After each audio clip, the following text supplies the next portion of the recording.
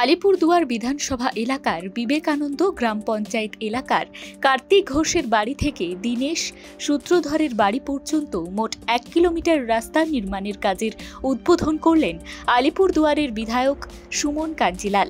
উদ্বোধনী অনুষ্ঠানে এসে বিধায়ক জানান, আমাদের এখানে কার্তিক ঘোষের বাড়ি থেকে দীনেশ সূত্রধরের বাড়ি পর্যন্ত প্রায় 1 কিলোমিটারের বেশি রাস্তার একটা পেভার্স ব্লকের অত্যাধুনিক রাস্তার শিলান্যাস অনুষ্ঠান এখানে হলো।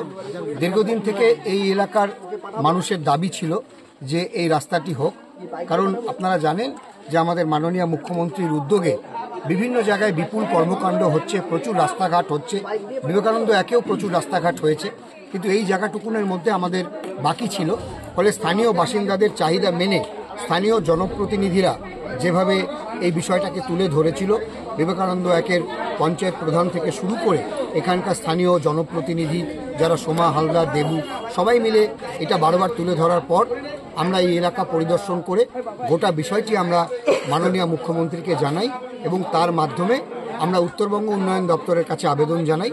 এটা খুব খুশির খবর যে উত্তরবঙ্গ উন্নয়ন দপ্তর এই রাস্তাটার বাজেট বরাদ্দ করেছে।